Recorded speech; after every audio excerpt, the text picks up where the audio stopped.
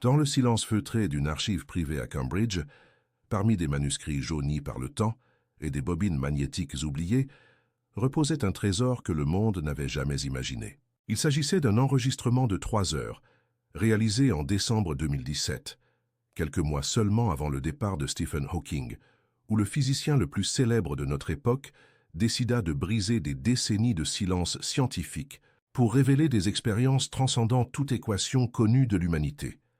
L'interview avait été menée par un jeune journaliste indépendant, sous promesse de secret absolu jusqu'à ce que Hawking lui-même autorise sa diffusion. Cette autorisation ne vint jamais de son vivant, mais un testament secret découvert récemment libéra le matériel à une seule condition, qu'il soit partagé spécialement avec ceux qui approchent de la fin de leur propre voyage terrestre. La voix synthétique que nous connaissions si bien commençait le récit par une confession qui allait ébranler les fondements de la pensée matérialiste moderne. Hawking révélait que, contrairement à ce qu'il avait toujours déclaré publiquement, ces décennies de lutte contre la sclérose latérale amyotrophique n'avaient pas été seulement un combat contre la détérioration physique, mais un voyage involontaire à travers les territoires les plus mystérieux de la conscience humaine. Alors que son corps se désintégrait lentement, son esprit avait développé une perception aiguë de dimensions que la science conventionnelle ne pouvait pas encore cartographier. Durant les années les plus critiques de sa maladie, lorsque les médecins prédisaient sa mort imminente, Hawking commença à expérimenter des phénomènes qui défiaient sa propre compréhension rationnelle de l'univers.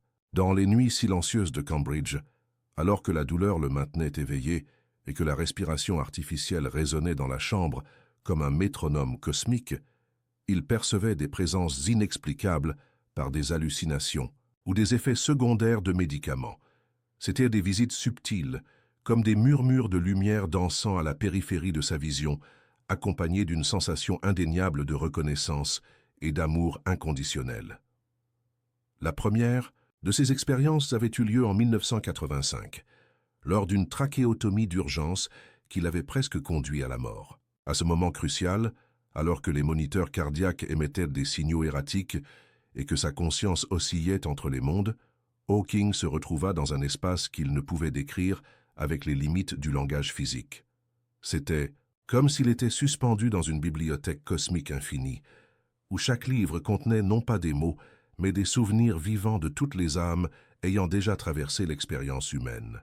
Là, il reconnut instantanément la présence de son père, décédé des années auparavant, non pas comme une apparition fantomatique, mais comme une essence pure d'amour et de sagesse, communiquant à travers un langage transcendant tout son ou symbole. Cette expérience initiale l'avait profondément troublé, non pas parce qu'elle remettait en question sa foi en la science, mais parce qu'elle révélait des couches de la réalité que ses instruments et ses théories ne pouvaient jamais atteindre.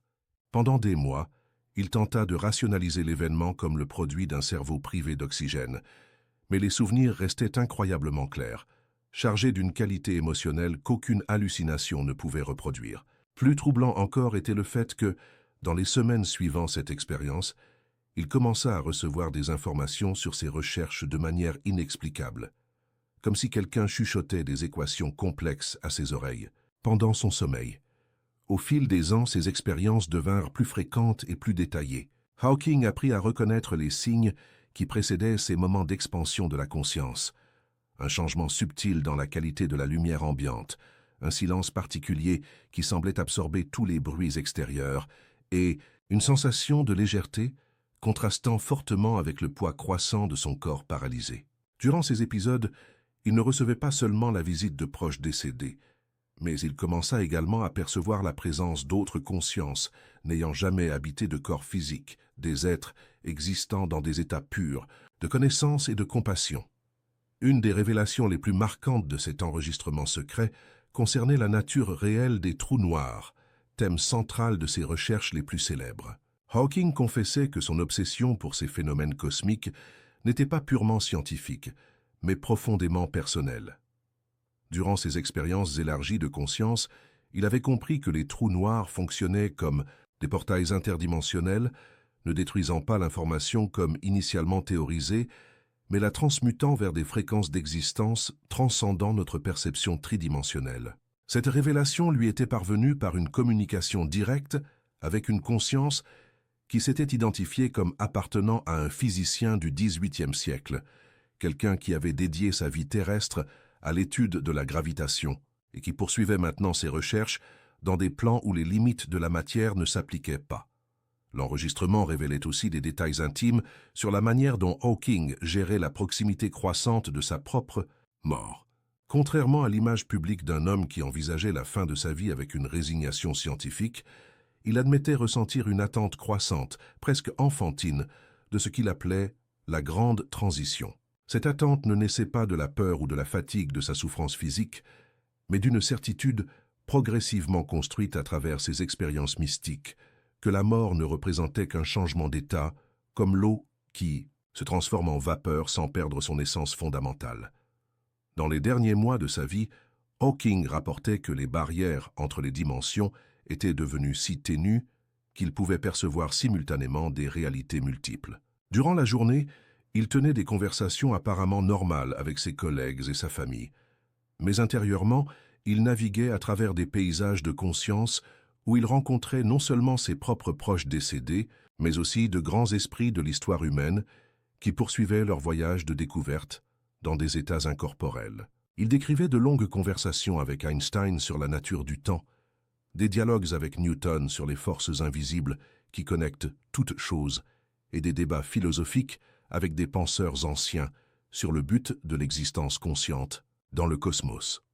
Un des passages les plus émouvants de l'enregistrement traitait d'une rencontre spécifique avec sa première épouse, Jane, encore vivante à l'époque, mais qu'il percevait simultanément dans son état actuel et dans une version élargie d'elle-même existant au-delà des limites du corps physique. Une rencontre interdimensionnelle.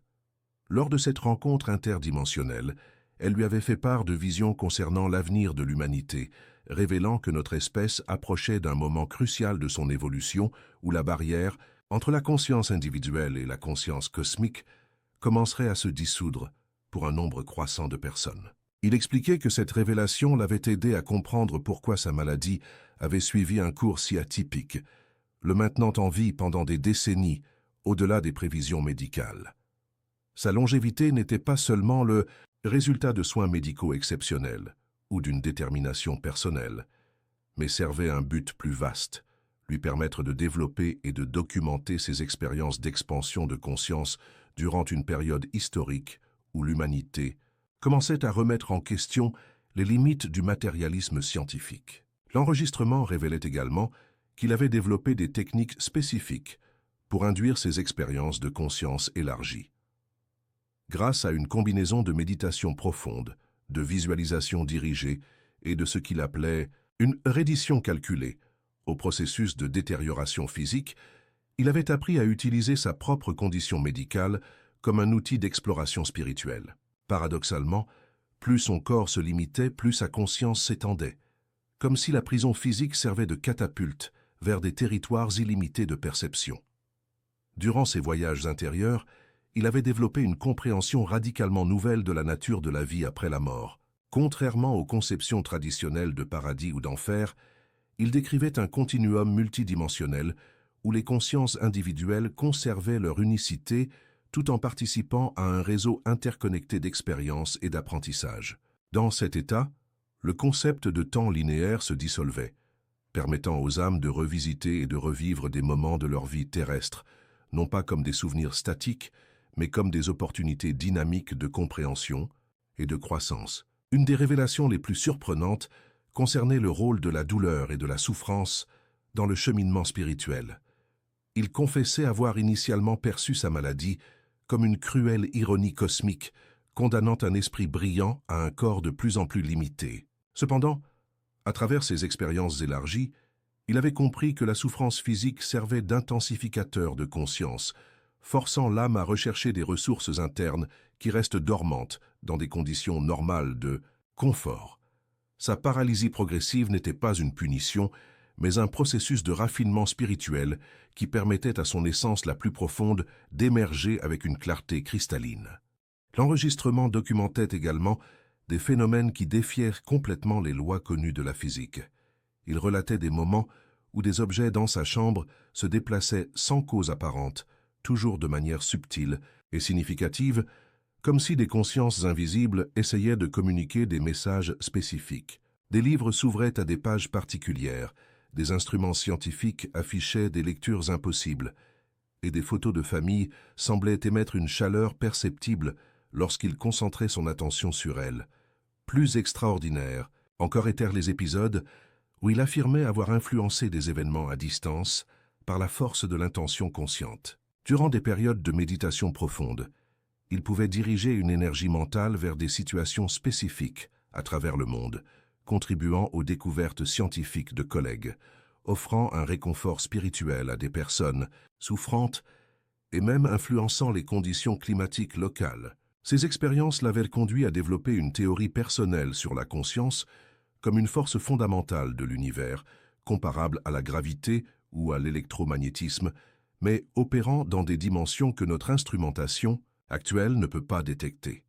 Le point culminant de l'enregistrement arrivait lorsqu'il décrivait son expérience transcendantale la plus profonde, survenue seulement 3 semaines avant sa mort. Durant une nuit particulièrement difficile, alors que sa respiration était devenue extrêmement laborieuse et que les médecins envisageaient des interventions d'urgence, sa conscience fut soudainement catapultée dans ce qu'il décrivait comme le cœur mathématique du cosmos.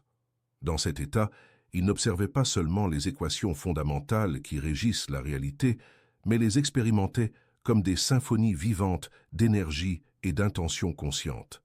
À ce moment de révélation suprême, il comprit que toute sa vie de recherche scientifique avait été une préparation pour cette unique vision unificatrice. Les théories sur le rayonnement des trous noirs, la nature du temps et l'origine de l'univers, se révélèrent comme des facettes d'une vérité plus vaste, que la conscience n'est pas un sous-produit accidentel de l'évolution biologique, mais le tissu fondamental de la réalité, se manifestant à travers d'infinies formes et dimensions d'expérience. Durant cette expérience culminante, il se vit simultanément comme lui-même, le physicien limité par une maladie cruelle, et comme une facette éternelle d'une conscience cosmique infinie qui avait choisi d'expérimenter la vie humaine à travers cette forme spécifique de limitation et de découverte. Il comprit que sa maladie, son génie scientifique et ses expériences mystiques étaient des aspects intégrés d'un unique projet d'exploration spirituelle qui transcendait sa biographie individuelle. La révélation la plus impactante de cette expérience fut la compréhension que toutes les consciences individuelles sont simultanément uniques et universelles, comme des vagues distinctes dans l'océan infini de l'existence. La mort, il le réalisa, ne représente pas la fin de la conscience individuelle, mais sa libération pour explorer des dimensions d'expérience impossibles dans les limites de la forme physique. Les âmes ne se dissolvent pas à la mort, mais s'étendent pour inclure des perspectives qui englobent de multiples réalités simultanées. Il décrivait aussi des visions spécifiques sur l'avenir de l'humanité, révélant que notre espèce approchait d'un moment de transition évolutive où un nombre croissant de personnes développerait naturellement les capacités de conscience élargies qu'il avait cultivées grâce à sa condition unique. Cette transition ne serait pas le résultat de progrès technologiques, mais d'une maturation spirituelle collective qui permettrait à l'humanité d'intégrer science et spiritualité dans une synthèse plus complète de la réalité. Dans cette summary, la partie finale de l'enregistrement, il offrait des conseils spécifiques à ceux qui approchent de la fin de leur propre vie terrestre. Il soulignait que la peur de la mort provient de l'identification excessive au corps physique et à la personnalité temporelle, alors qu'en réalité, nous sommes des essences éternelles expérimentant temporairement la condition humaine. La préparation idéale à la mort n'implique pas la négation ou la résignation, mais la culture d'une curiosité scientifique sur le processus de transition, accompagnée d'une ouverture croissante aux dimensions d'expérience qui transcendent l'essence physique. Il proposait des pratiques spécifiques de méditation et de visualisation qu'il avait développées à partir de ses propres expériences, des techniques permettant d'étendre progressivement la conscience pour inclure des perceptions interdimensionnelles. Ces pratiques ne nécessitaient aucune croyance religieuse spécifique, mais seulement une suspension temporaire du scepticisme matérialiste et une disposition à explorer des territoires d'expérience que la science conventionnelle n'avait pas encore cartographiés. L'enregistrement se terminait par une réflexion profondément poétique sur la nature de la continuité de la conscience.